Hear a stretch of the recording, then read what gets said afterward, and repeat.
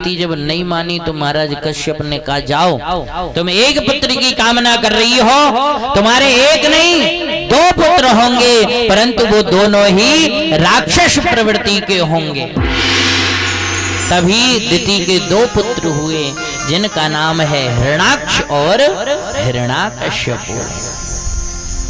ये दिति के ही पुत्र हैं।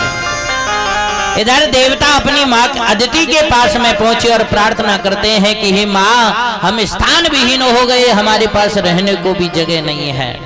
तब माता अदिति ने महाराज कश्यप से अपने पति से प्रार्थना की कि हमारे बालक दर दर भटक रहे हैं, महाराज कोई उपाय बताइए। तो महाराज कश्यप ने पयोव्रत के बारे में बताया कि देवी ये 12 दिन का 13 दिन का व्रत होता है, इसमें पय पान किया जाता है और यज्ञेश भगवान की स्तुति की जाती है। यज्ञेश यज्ञ प्रसाद तीर्थपादः, और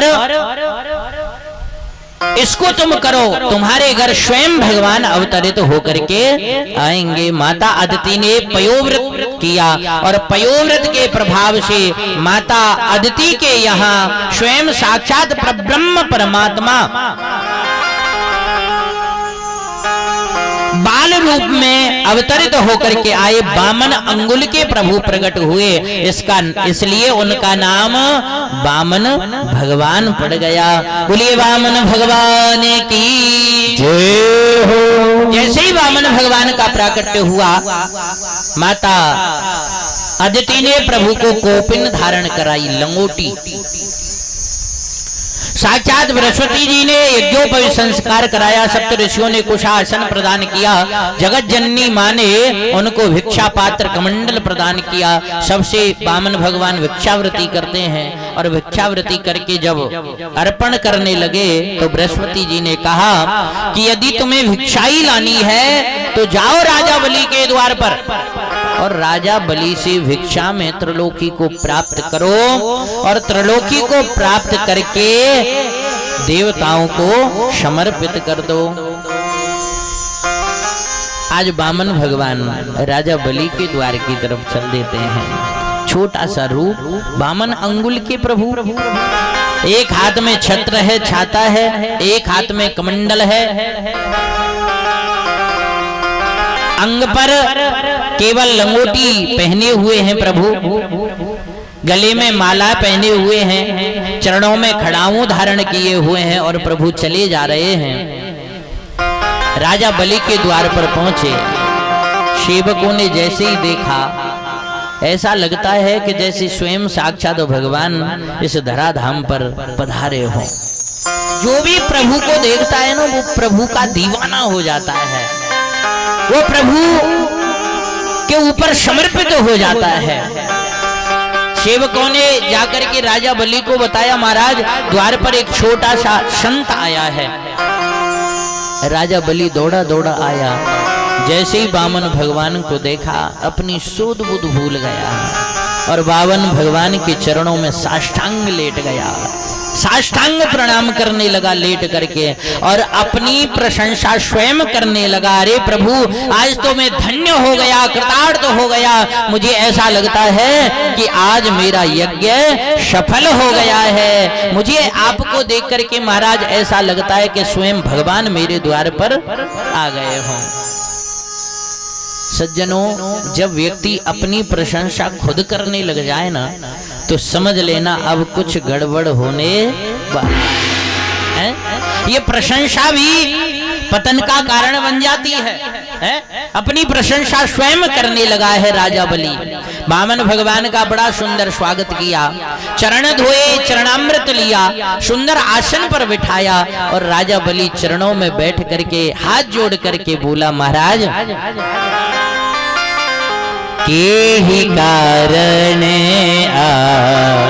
आगमन तुम्हारा, यही कारण आगमन तुम्हारा, कहु करते न आवो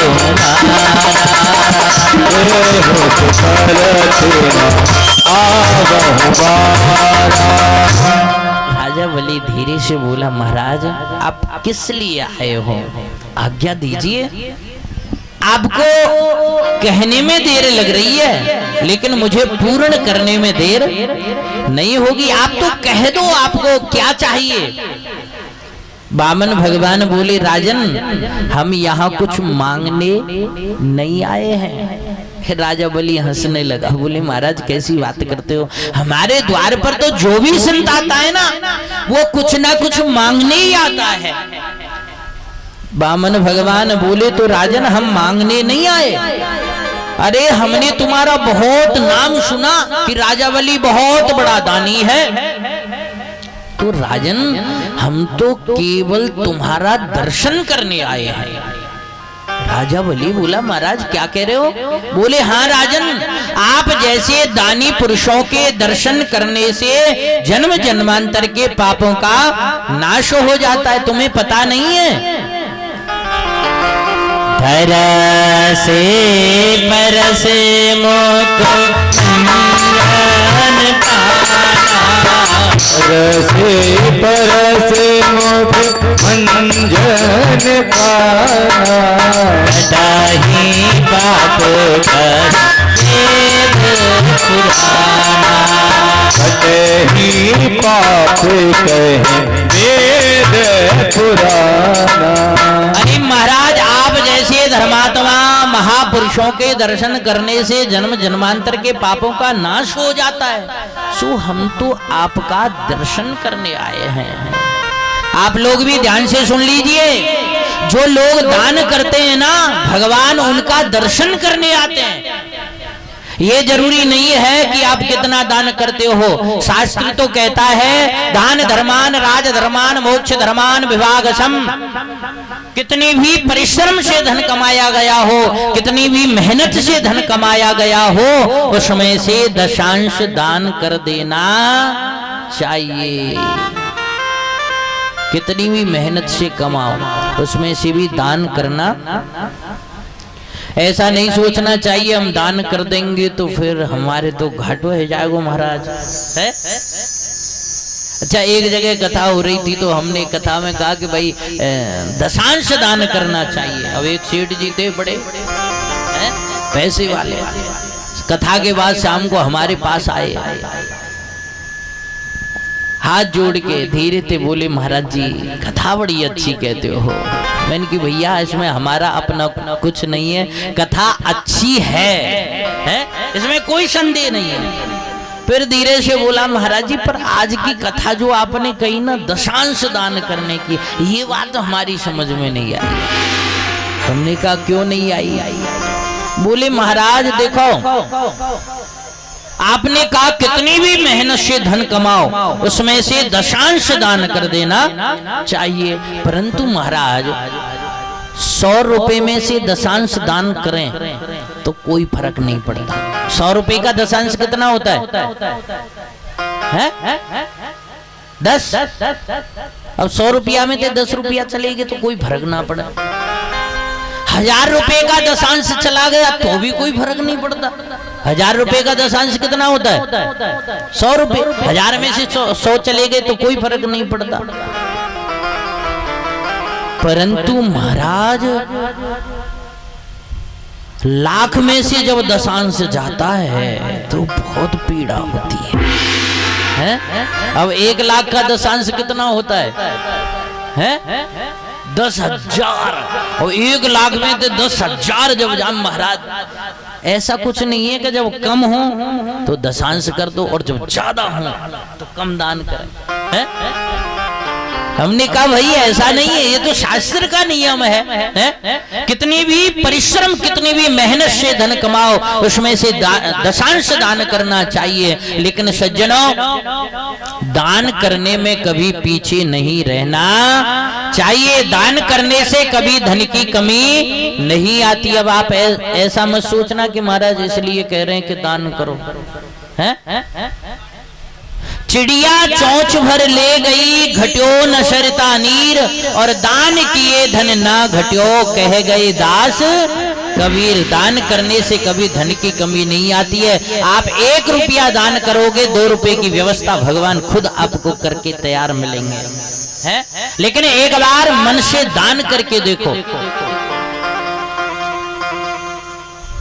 आज वामन भगवान बोले राजन तुम बहुत बड़े दानी हो, इसलिए हम तुम्हारा दर्शन करने आए हैं।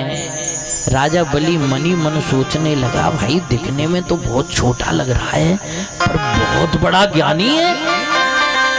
अब जब ऐसी चर्चा वामन भगवान करते तो राजा बलि का समर्पण और बढ़ने लगा। बोले भाई ये तो ब्रह्म ज्ञानी है, त्यागी है महात्मा। बोले महाराज जो भी आपकी इच्छा हो आप कह दीजिए। वामन भगवान बोले नहीं नहीं हमें कुछ नहीं चाहिए। राजा बलि बोला प्रभु मेरी तो इच्छा है कि अपना सर्वस्व आपके ऊपर न्योछावर कर दूं, लेकिन मैं आपके मुख से सुनना चाहता हूं आपको क्या चाहिए। वामन भगवान बोले राजन हमें कुछ नहीं चाहिए।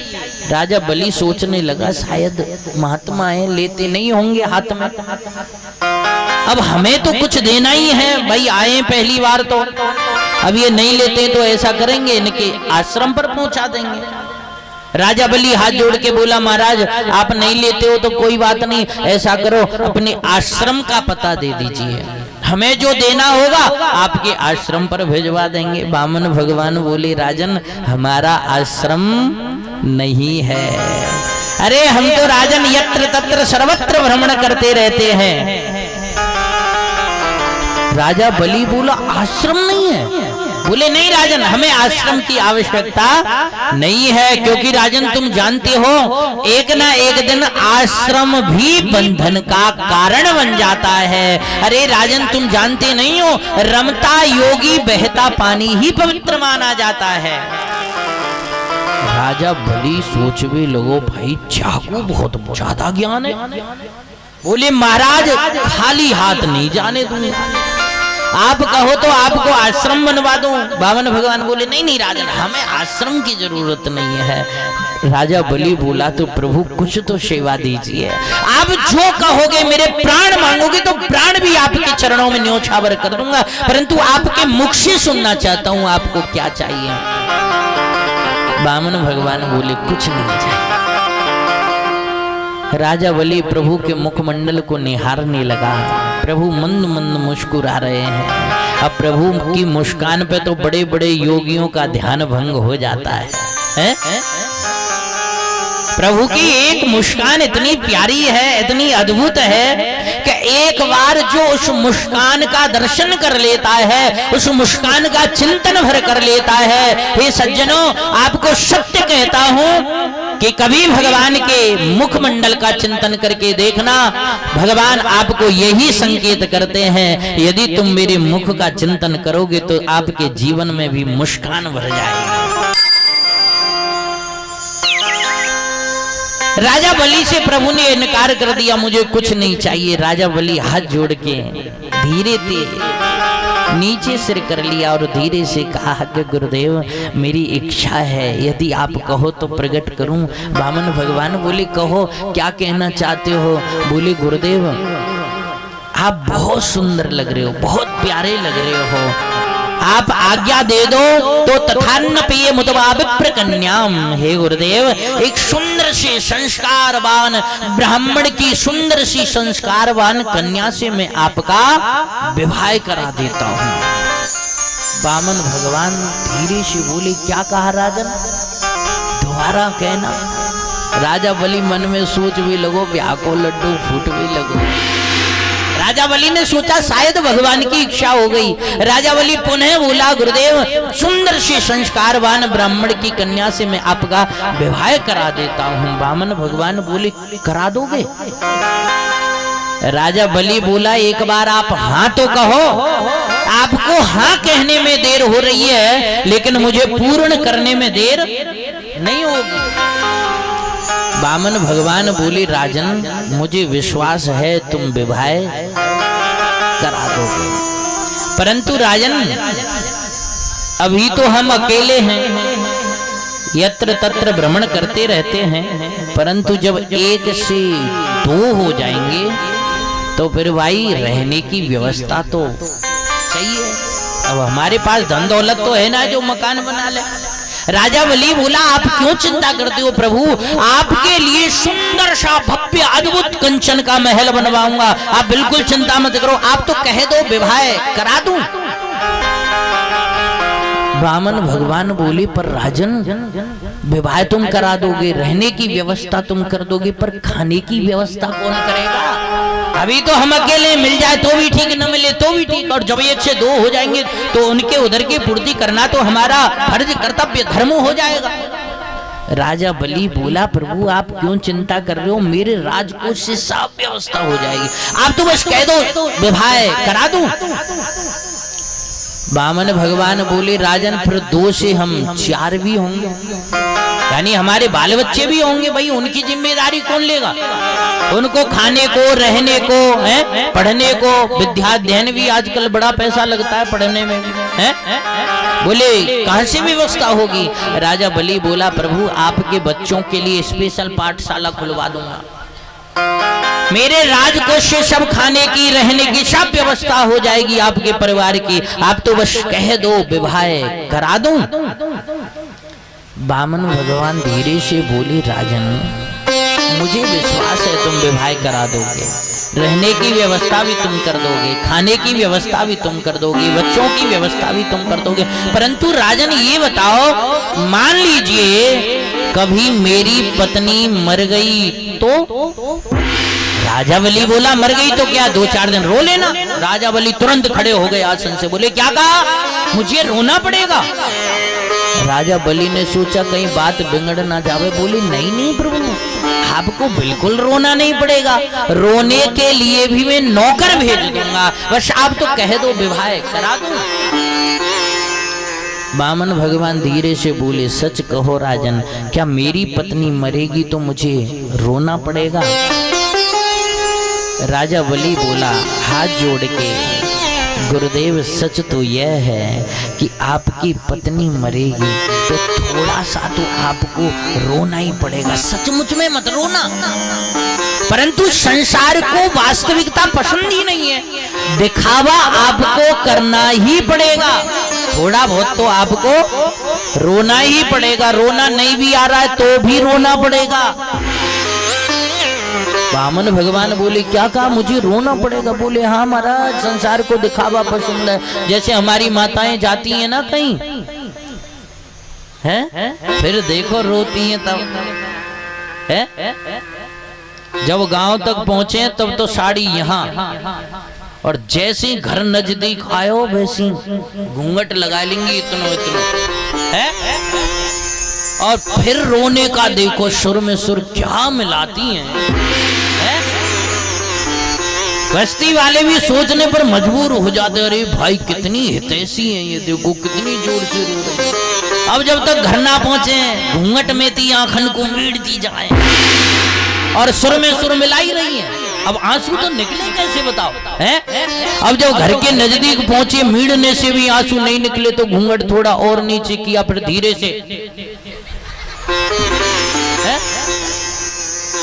क्या करें आंसू नहीं निकल रहे तो भाई थोड़ा संसार को यही पसंद है, वास्तविकता पसंद नहीं है। राजा बलि बोला महाराज थोड़ा सा नाटक कर लेना। वामन भगवान बोले राजन हमसे रोने का नाटक भी नहीं होगा, क्योंकि हम संसार में रोने के लिए नहीं आए, हम तो अहर्निश मुस्कुराने के लिए आए हैं। हे राजन हमसे रोने का नाटक नहीं होगा, हम ऐसा कोई काम करेंगे ही नहीं जिस कार्य को करने से हमको रोना पड़े। राजा बलि बोला जैसे तैसे तो बात बनी, और जब मरवे की बात ने सब चौपट कर दी बात। राजा बलि बोला तो गुरुदेव आप ही आज्ञा दे दो, आपको क्या चाहिए? बोले कुछ नहीं चाहिए। राजा बलि बोला गुरुदेव यदि आप आज्ञा दे दो तो गाम कांचनम गुणवदक धामा, हे गुरुदेव एक कंचन की गाय, स्वर्ण की सोने की गाय बनवा के आपको दान कर देता हूँ। वामन भगवान फिर खड़े हो गए, बोले ये बता राजा तुम गाय का दान दे रहे हो या हमें मरवाने का इंतजाम कर रहे हो? अरे तुम्हारी वो सोने की गाय के चक्कर में गाय तो कोई लेके जाएगो ही जाएगो, हमारे प्राणन को ले जाएगो। बोले भैया बाबा जी के पास और कितना धन है बताओ? सोने की गाय, बाबा जी फक्कड़ बाबा जी सोने की गाय रखता है और पता नहीं कितना धन दबाए रखा होगा है? देखो राजन हमें तुम्हारा कुछ नहीं चाहिए। राजा बलि बार बार विनय करता है गुरुदेव कुछ तो कहो, मैं जाने नहीं दूंगा। राजा बलि जब पूर्ण प्रभु के प्रति समर्पित हो गया, भगवान धीरे से बोले, राजन हम बहुत देर से सुन रहे हैं आपकी, कुछ मांगो, प्राण दे दूंगा, सर्वस्व दे दूंगा। अरे हमें ऐसे सत्यव्रती भी तुम नहीं दिख रहे हो जो हम मांगे और तुम दे दो। राजा बलि बोला, गुरुदेव आप कहो तो सही, मांगो तो सही। वामन भगवान बोले, हमें विश्वास नहीं है। राजा बलि बोला, प्रभु मैं आपको वचन देता हूं, आप मेरे प्राण मांगोगे तो प्राण भी न्योछावर कर दूंगा, आप एक बार कहो तो सही। जैसे ही राजा बलि ने वचन लिया, वामन भगवान धीरे से बोले कि हे राजन, यदि तुम देना ही चाहते हो तो ज्यादा तो हमें कुछ चाहिए नहीं, यदि तुम देना ही चाहते हो तो तस्मात् त्वक्तो महीमी सद्व्रणे हम भरतर्षभ पदानि त्रीणि दैत्येन्द्र।